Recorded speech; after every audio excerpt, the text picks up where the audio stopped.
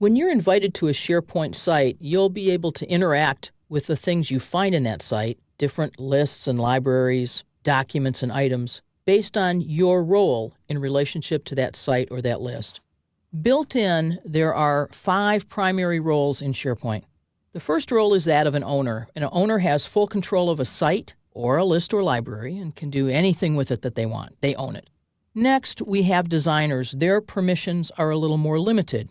They can view, add, update, delete, approve, and most importantly, they can customize the things that they're given a designer role in relationship to.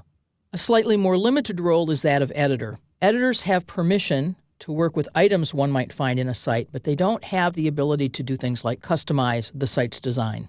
A contributor has even more limited permissions because while editors have the ability to delete items from a site, contributors generally only have the permission to delete items they themselves created. So think of it as you can post items and remove your own posts. Finally, we have members of a site who we really only want to have read items there.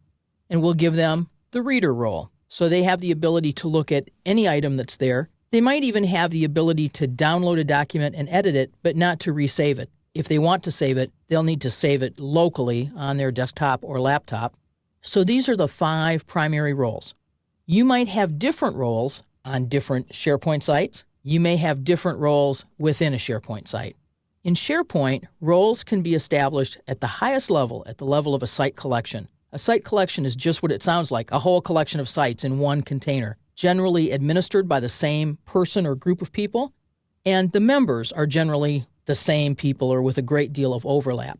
So we can have a set of roles that are assigned at the site collection level, or at the level of an individual team site. Or we can have different roles based on specific apps within a site, a library or a list. So I might, for example, in Site A be someone who can only read the documents in Library 1, but I actually have the ability to contribute to Library 2. In Site B, I may have permissions for any list and library there that are exactly the same.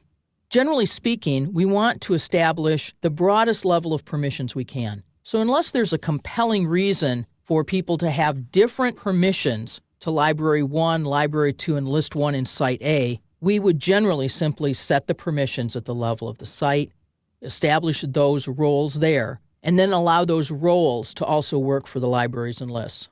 Now, I've used the words permission and role together here in the same sentence.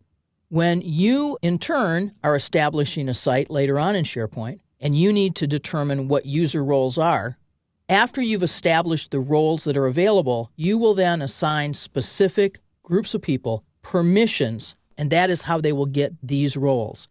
We can talk about SharePoint roles, but when you go to actually set these in SharePoint, the title of the page is Permissions Levels, and you'll learn more about this later in the course under the title SharePoint Permissions. For now, it's enough to know that the roles that you have are assigned by someone else, a site's owner or a SharePoint administrator, and that your role may differ from site to site and within a site from one list or library to another.